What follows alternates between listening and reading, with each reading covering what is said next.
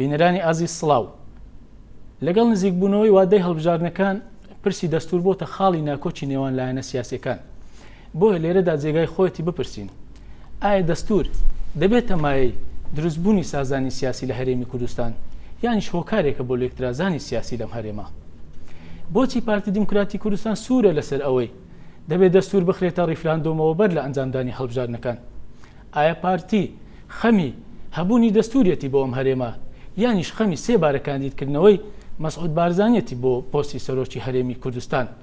لەگەڵ ئەم پێشهاتەی کە چاوەڕوان دەکرێت چارەنووسی ڕێکەوتنەوەی استراتیژی نێوان پارتی و یەکێتی بەرەو چه ئاراستەیەک هەنگاو دەنێت؟ بەڕێزان ئەمانە و چەندین پرسیاری تر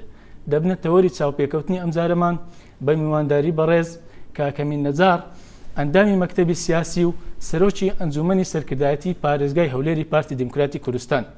بەڕێز کاکەمین زۆر بەخێر بێ. زۆر سپاس. بەڕێز کاکەمین دەمەوێت لەو پرسیارەوە دەست پێ بکەم بۆچی لە ئێستادا پارتی دیموکراتی کوردستان سوورە لەسەرەوەی کە دەبێت دەستور بخرێتە ڕیفراندۆمەوە بەر لە ئەنجامدانی هەڵبژارنەکان؟ خۆی ئاگادارن ئێوە دەستور لە مێژە حازرە لە بۆ ڕێفراندۆم. مەشروع هێشتا نەبوویتە دەستور. لێژ نەچێ مختاسە و دەستورەی نووسیتەوە و دەستور بە مەرحەلەکانی قانونی خۆی تێپەڕی لە پەرلەمان دەنجی لەسەدرا چوویتە لای سەرۆکی هەرێم و دەبی سەرۆکی هەرێم لەگەر پەرلەمان بە مشورەت وادەک دیاری بکەن لەوەی بدەنە ڕێفراندۆم. ئەوە حەقی خۆیتی دەستورەوەی شەی بۆ بکرێت. بەڵام لەگەر ئەوەش لەبەر ئەوەی تێبینی هەبوو لەسەری ئەحزابی مەعارەزە خەڵکی تر تێبینیان هەبوو جەنابی سەرۆک بە نامەکی ڕسمی داوای لە حیزبەکان کرد کە تێبینیەکانی خۆیان لەسەر دەستور بۆم بنێرن. فعلەن ئەوانیش تێبینیەکانی خۆیان نووسی. ئێستا تێبینی ئەحزابەکان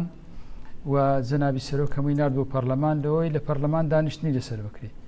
بزانین تێبینیەکانی ئەوانەی کە لەسەر دەستور نیشان درایە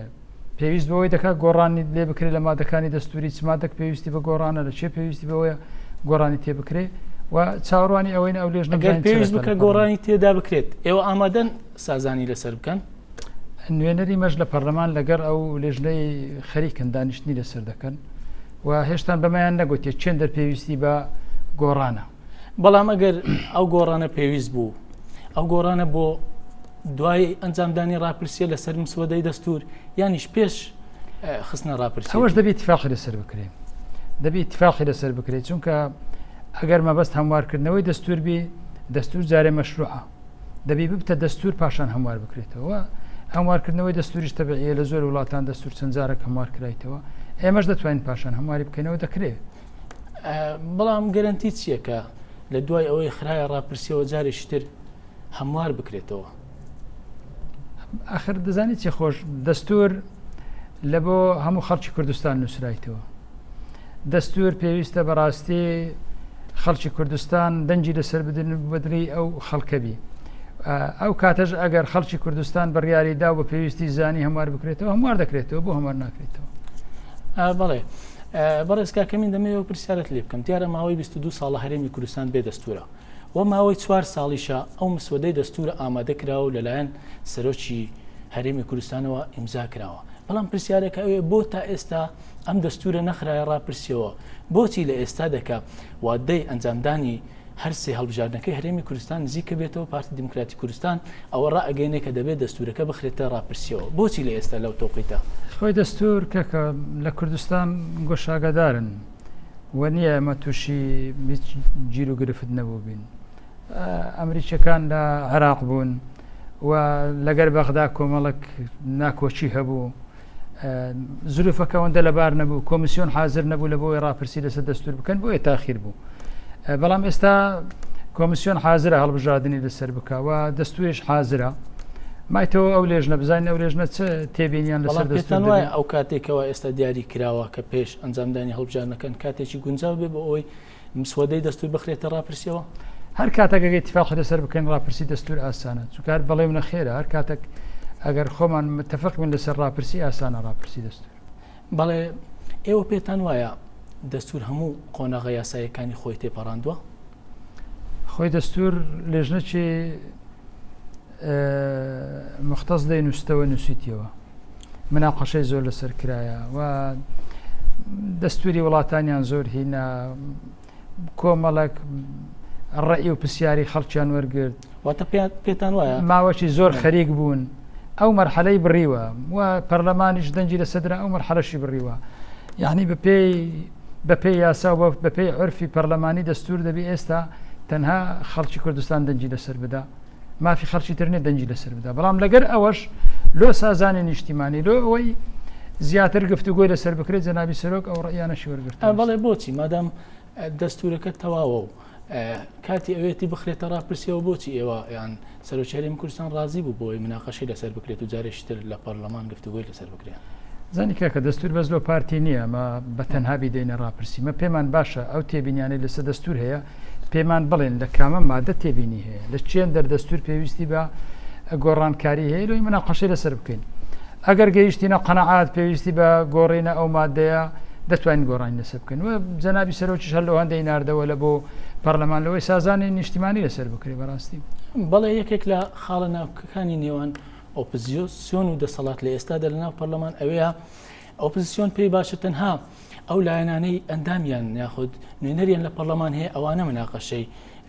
ئەو گفتوگوانە بکەن کە ئێستا لەسەر ڕەشنووسی دەستورەکرێت بەڵام لایەنی دەسەڵات یاخود پەرلەمانتارانی لیستی کوردستانی پێیان باشە هەموو ئەو لایەنانێکەوە لە دەرەوەی پەرلەمانیشن نوێنەریشان لە ناو پەرلەمانیا ئەوانیش بەشداری بکەن و گفتوگۆ لەسەر ئەو ڕەشنووسە بکەن یا لەسەر ئەو بۆچوون و تێبینیانە بکەن کەەوە پێشتر دراوەتە سەرۆکی هەرێمی کوردستان ئەمە بۆ جەکامیان باشترە هەموو بەشدار بنیان بەس ئەوانی ناو حکومەت و پەرلەمان بەشدار بن دەستور بۆ هەمووان نییە ئایا بەشداریکردنی لایەنەکانی دەرەوەی پەرلەمان ئەوانەی نوێنەریان نیە لە ناو پەرلەمان ئەحزابە سیاسیەکان بەشداریکردنیان جاریشتر لە ناو پەرلەمان لە بۆ مناقەشەکردن لەسەر تێبینیەکان چەند یاساییە بەڕێیت لە ناو پەرلەمان نییە لێژنەی تایبەتە بۆ گفتوگۆ لەسەر دەستور ئەوە ئەندامانی پەرلەمان نینە لێژنەکە لە ناو پەرلەمان بی لە ناو پەرلەمان نینە بەس پێمان باشە مە لە هەموو دانیشتەکان ئەو حزبانەی لە ناو حکومەتیش نینە بەشدار بن ئەوانیش خەڵکێک دەنجی داینی ئەوانش نوێنەری خەڵکەکەن بەڵام ئۆپۆزیسیۆن ئەوان نوێنەریان نییە لە ناو پەرلەمان بۆیە بەشداریکردنیان وەکو ئەحزابێکی سیاسی لە ناو پەرلەمان نایەسەیە لە ناو پەرلەمان نیە وەکو باسم کرد لێژنەی تایبەتە بەڵام گفتوگۆکەن لە ناو پەرلەمانێک قەیدی ناکە لە ناو بینایی پەرلەمانە بەڵام لێژنەی تایبەتە بۆ گفتوگۆکردن لەسەر دەستور ئەو لێژنەی پێشترش نووسیتەوە و لێژنەشەم و لێژنەی پەرلەمانی نینە لە ناو پەرلەمان نەبووە ئەوش لێژنەی تایبەتەکە پێشتر دەستوری نووسیتەوە قسە لەسەرەوە دەکرێتن پارتی بۆیە دەیەوێت دەستور بخاتە ڕاپرسیەوە بۆ ئەوەی بتوانێت شانسێکی تر بدا بە بەڕێز مەسعود بارزانی سەرۆکی هەرێمی کوردستان کە بە دوو خولی تر خۆی کاندید بکاتەوە یاخود خۆی بۆ پۆستی سەرۆکی هەرێمی کوردستان هەڵبژێرێ ئەم بۆ چونە تا چەند ڕاستە جارێ جەنابی سەرۆک کاک مەسعود قراری نەدای خۆی هەڵبژێریان خۆی هەڵ نەبژێری بەس ئەوان بە پێش ڕووداو دەکەون بە پێش ئەحداث دەکەون من ئەندامی پارتیم تا ئێستا لۆم ڕۆن نەبوویتەوە ئایا کاک مەسعود خۆی هەڵدەبژێری لە بۆ سەرۆکی هەرێمیان نا بەس ئەوان بە پێش ئەحداث دەکەون دەستور بۆ خەڵکی کوردستانە کە دەستور نووسراوە هەمیان دەنجیان لەسەردا هەموو ئەحزابی کوردستانی بە معارەزەشەوە لە ناو پەرلەمان بوون و هەمیان دەنجیان لەسەردا خۆ ناشکرێ ئەتوو کە لە دەسەڵات بووی دەنگ لەسەر شتێک بدەیت کە پاش 4 ڕۆژ دیچێ ناو معارەزە دیسان بێن دەستور بۆ تو هەڵوەشێنەوە ئەو هەموو هەڵوەشاندنەوە هەموو بڕیار گۆڕینە ئاسان نییە بەڵێ باس لەوە دەکرێت پارتی لە ئێستادا لە هەوڵی بەخشینەوەی پارە و ئیمتیازاتە بەسەر ئەو ئەحزابانەی کەەوە ئێستا بەشداری دەکەن لە گفتوگۆکان بۆ نمونە باس لەوە دەکرێت لە بەشێک لە ڕاگەیانەکان دکتۆر کەمال کەرکوچی بڕی 105,000 دلاری داوە بە 3 حزب کە بەشدارن لە گفتوگۆکانی مسودەی دەستور من ناگاداری ئەو معلوماتە نیم بەڕاستی معلوماتم نییە لە تەلەڤیزیۆن جێم لێ بووەکو ئێوە بەڵام دوای ئەو خەبەرەی کە بیستمە من کاک دکتۆر کەمالم نەدیتەوە لێشم نەپرسیەوە وڵا نازانم بەڵێ ئەگەر گفتوگۆکان سەر نەگرون و لایەنە سیاسیەکان ڕێک نەکەون ئێوە چ خەیارێکتا لە بەردەدنایە ئایا دەستورەکە دەخەنە ڕاپرسیەوە یان جێی دەهێڵن بۆ دوای ئەنجامدانی هەڵبژار ئەگەر ڕێک نەکەتن دوو شت هەیە یان دەبێت دەستور جارێ بمێنێتەوە تا کاتێکی تر تەجیل بکرێ یانیش بدرێتە ڕاپرسی بەڵام ئەگەر هاوپەیمانە استراتیجیە کەشتان ڕازی نەبێت کە یەکێتی نیشتیمانی کوردستانە نەخۆی مەسەلاوەنی ئەوان ڕازی بن باسیوانم نەکردی بەس دەڵێم ئەگەر نەگەیشتنە ئیتیفاق یان دەبی تەزیری کەن دەستور لە بۆ مەرحەڵەکی تر ویانیش بدرێتە ڕاپرسی کە دەژدرێتە ڕاپرسی بە تاکید دەبی تەوافقەشی نیشتیمانی لەسەر هەبی پێمان باشە تەوافقی نیشتیمانی لەسەر هەبی بە تەنها ئەمە وەکو پارتی نەیدەینە ڕاپرسی هەرچەندە دەستور حەقەکی شەرعی خۆیتی ئێستا خەڵک قسەی لەسەر بکە خەڵکی کوردستان بڕیاری لەسەر بدا چونکە ناحیە قانونیەکەی ئەو مەرحەلانەی بڕیە واتە تەوەجوهاتی پارتی تێڕوانینی پارتی لە ئێستادا گۆڕاوە لەگەڵ پێشتر بەڵام پێشتر پارتی سوور بوو لەسەرەوەی کە دەبێ بخرێتە ڕاپرسی ئەمە جارە قسەی لەسەر ناکەین جارێ دایتمانە لێژنەی با لێژنەکە تەواو بن کە لێژنەکە تەواو بن ئەو کاتی ئینسان دەتوانێت قسە بکە بەڵام جارێ چاوەڕوانیمان دەکەین بەڵێ ڕێکخەری گشتی بزوتنەوەی گۆڕان دەڵێ پارتی ڕەشنووسی دەستوری بۆ تەنها تاکە کەسێک نووسیوە کەمە بەستی لە بەڕێز مەسعود بارزانی سەرۆکی هەرێمی کوردستانە بەڵام دەڵێ ئێمە دەستورمان بۆ هەموو گەلی کوردستان دەوێت وە نازەم ئەگە دەستوری بخینەوە دەستور چەند مادێ و هەموو مادەکانی دەستور بەس لەسەر سەرۆکی هەرێمە دەستور بەڕاستی دەستورەکی متەکاملە باسی هەموو لایەنەکانی ژیانی کردیە باسی سیستەمی حکمی کردیە لە وڵات باسی دادگای کردیە قەزا چۆن بێلایەن دەبی باسی هەڵبژاردن باسی هەموو شتەکانی کردیە دەستور بە تەنها بۆ تاکە کەسێک نەنووسرایتەوە ئەوان دەبایە کە دەستور لە پەرلەمان دەنجیان لە سەدا هەینێ خوب بیانگوت با و دەستورە بۆ تاکە کەسێک نووسراوە بۆ هەینێ دەنجیان لە سەدا ئەو پاشی دەنگدانی لەسەوان گۆڕان نەبوو وەکو بزوتنەوەیەکی ئەوان هەبوون ئەوان ئەو کاتی لە ناویەکێتی بوون وە ناو بەرکەزی قەراریش بوون کاک نەوشەروان جێگری بەڕێز مامجەلال بووە لە ناو مەرکەزی قەرار بووە ئەو سەرکردانەی لەگەر کاک نەوشەروان ئێستا هەینێش لە ناو مەرکەزی قەرار بوون با هەینێ بیان گوت بە ئەو دەستورە بۆ تاکە کەسێک نووسرایەوە دەنجی لە سەنادێ ئەستەن باسیش نەکرا مناقەشەشی نەکرا ڕاگەیاندنەکانیش لەسەری گلەیان نەکرد بەڵام بۆ هەینێ بۆ تاکە کەسنەوە بۆ ئێستا بۆ تاکە کەس بەڵێ هەر لە وتارەکەیدا بەڕێز نەوشەروان مستەفا ڕێکخەری گشتی بزوتنەوەی گۆڕان ئاماژە بەوە دەکات کە لە دوای 91ەوە چەند پرۆژێکی دەستور تەقدیم کراون و مسودەی دەستور ئامادە کراوە بەڵام لە هەموو ئەوانە پارتی دیموکراتی کوردستان ڕێگر بۆ لەوەی کەوە هەرێم دەستورێکی هەبێت و بخرێتە ڕاپرسیەوە من نەمزانێت دەستوری تر نووسرابیتەوە چونکە دەستور بە تاکە کەس نانووسێتەوە وەکو ڕەشنووسی دەستور ناخر حەقی نییە نەفرەك دەستور بنووسی مەسەرەن دکتۆر تاڵەبانی بەتەنێ دەستوری نووسیوەتەوە بیداتە پەرلەمان و پەرلەمان ڕاپرسی لەسەر بکە دەستوری هەموو دنیا لێژنەک دەینووسی تایبەت بی کۆمەڵک پسپۆری تێدا بن ئەوە پسپۆر لە بواری جوغرافی لەوەی بزانین جوغرافیای کوردستان چێندەرە پسپۆری مێژووی تێدابی لەژوویە چێندەر کوردستانە پسپۆری اقتصادی تێدا پسپۆر هەیە نەک بە تاکە شخصێک بنووسێتەوە دەست بەڵێ هەتا باس لەوە کە لە گفتوگۆکانی پاریس نوێنەرانی ئەو وڵاتە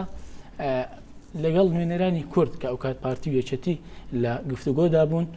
بۆ ڕێکەوتن لە دوای شەڕی ناوخۆ باسییانەوە کردووە کە ئەوان هەموو دامێکی کورد ئەکەن دامێکی نوێنەرانی سیاسی کورد ئەەکەن بۆ ئەوەی دەستورێک مسودەیەکی دەستور ئامادە بکەن بەڵام ئەو کاتیش هەتا بە تەحدیدەن باس لەوە ئەکە پارتی دیموکراتی کوردستان لە بەرخاتری سەدام حوسێن نەیویستوە دەستور هەبێ لەو کاتەوە ڕەفزی دەستوری کردوتەوە کە دەبایە ئەو قسە ئەو کاتی بکەن بەڕاستی ئێستا من بێن پاش 10 ساڵ قسەک بکەم کاتی کە ڕێی سیاسی خۆم گۆڕا کاتی کە ئاراستەی سیاسی خۆم گۆڕا بۆ هەینێ ئەو قسەیان نەدەکرد بۆ هەینێ نەیان دەگۆ دەستور لە بەخاتری سەدام نانووسێتەوەیان لە بەخاتری پاشان چێ دەستوری نووسیوە چێ یاسای فدرالی هەرێمی کوردستانی ئەلان کرد هەر ئەمە و یەکێتی بوون لە ناو پەرلەمان ئەو کاتی ئەو دوو حیزبە زیاتر لە ناو پەرلەمان بوون ئەو شتانەمان کرد ئەوانە دەستە قالبی ڕەنگە پرۆپاگاندای هەڵبژاردن بەڕای من زیاتر نییە لەوە زیات گەر باس لە پەیوەندەکانی نێوان پارتی و یەکێتی بکەیت لە ئێستادا ئەو پەیوەندیانە لە چه ئاستێکدایە پەیوەندیمان لەگەڵ یەکێتی نیشتیمانی کوردستان پەیوەندێکی زۆر باشە و اتفاقی استراتیجیمان هەیە تا ئێستا هەردوو لامان مرتەزیمن پێی بەڵام ئەگەر جارێک لە ڕاگەیاندن برادرەکی مایان برادرەکی یەکێتی لێدوانەکی دا شەرت نییە ئەوە ڕێی یەکێتی و ڕێی پارتی بی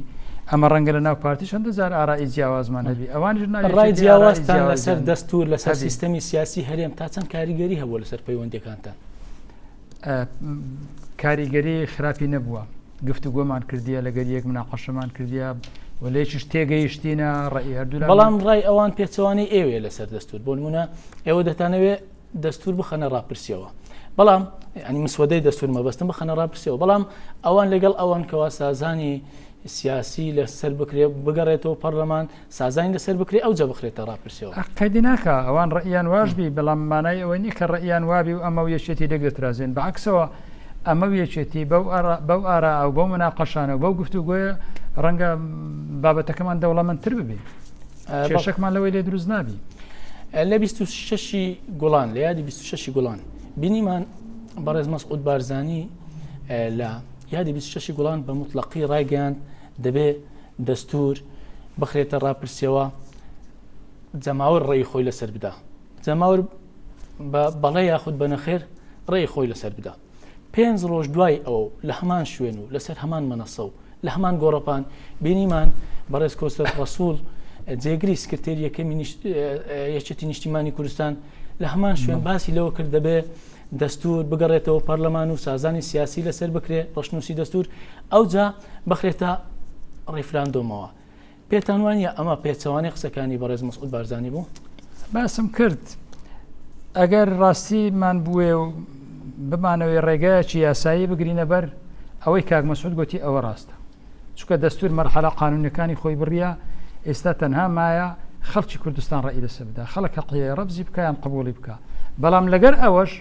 ئێمە ڕێی هەموو برادەران و بەڕێزەوە بە نەزەر اعتیبار وەردەگرین و طبیعیە ڕێی بەو شێوەبی و ڕێیمە بەو شێوەبی باسم کرد لە دەوڵەمەندکردنی بابەتەکە هیچ خراپ نییە و کاک مەسعودیش قەت لەوەی پێ ناخۆش نەبوو خەڵکە ڕێی لەسەر دەستور هەبی و بە تایبەتی ڕێیەکە لە بۆ چاکردن و دەوڵەمەندکردنی بەڵام ڕەفزکردن جیاوازە من لێت ناشێرمەوە هەندێک لەو برادرانە بە هیچ شتێک رازی نینە ئەمە بمان گوت با دەستور باشەوان دایان بۆ خراپ دەرێن باشە مەبەستت ئەو زۆر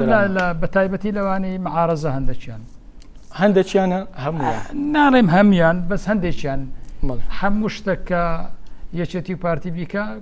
برند و حیزبی دەسەڵاتەوان ڕەبزی دەکەن هەموو شتێک خراپ نییە کاکە من ناڵێم دەستور هەمووی تەواوە چکە مادەم دەستکردی ئینسانە بێکەم و کوڕی نابی خوا بێکەم و کوڕیە بێکەم و کوڕی نابی بەڵام بە قەنەعاتی من دەستورێکی متەکاملە هیچ مشکلەی نییە و نازانم لە چێن دەر ئەو بابەتانە ئەو مادانەی کە کێشەی هەیە دەستور چێن دەرە باسی لەسەر بکەین چییە بەڵام لایەنەکانی ئۆپۆزیسیۆن پێشنیارەکانی خۆیان بە ڕسمی داوەتە سەرۆکی هەرێم لەسەر ئەو بەرگە و مادەنەی کە پێویستە تعدیلاتی لەسەر بکریان هەموار دەزانم ئەویش دەزانم بەس ئەویش هەندێکیە پەر ڕەفزکردنی شتەکانە مەسەلەن ئەوان دەنێن دەسەڵایەتی سەرۆکی هەرێم زۆرە کەم بکرێتەوە ئەخ لە چێ زۆرە بەڵێ گەر باس لە دابەزینی پارتی دیموکراتی کوردستان و یەکێتی نیشتیمانی کوردستان بکەم بە لیستی سەربەخۆ دیارە وتەبێژی مەکتەبی سیاسی پارتی دیموکراتی کوردستان لە چاوپێکەوتنیشی لەگەڵ NRTیا ڕایگەیان دابەزینی پارتی و یەکێتی بە لیستی سەربەخۆ تاکتیکە بەڵام لە هەمان کات ئەندامێکی سەرکردایەتی یەکێتی نیشتیمانی کوردستان ڕایگەیان نەخێر استراتیزە پێم خۆشە لە زاری بەڕێستەوە بزانم ئایا دابەزینی پارتی و یەکێتی بە لیستی سەربەخۆ استراتیزە یاخود تاکتیکە خۆی ئەمن خۆی جارێ دیش پێم باش بوو بە جودا دابەزین زانی لۆی هەر کەسێک قوارەی خۆی وەربگری حەزمی خۆی وەربگری دوای هەڵبژاردن ئێتلاف بکەینەوە ئێتیفاق بکەین مەسەرەن هەتا ئەگەر ئێمە کەمتر بوو یان ئیوان زیاتر بوو لەوەش کێشە نیە وەکو یەکی دابەش بکەینەوە بەڵام بە جودا دابەزین چونکە بە جودا دابەزین هەر لایەکمان دەنجی ڕاستەقینەی خۆی دەبا و خەڵکی مەش متەحەمستر دەبی لەوەی هەم لۆ دەنگدان ئامادەبی خەڵکی وانش متەحەمستر دەبی و دەنجی وەڵامی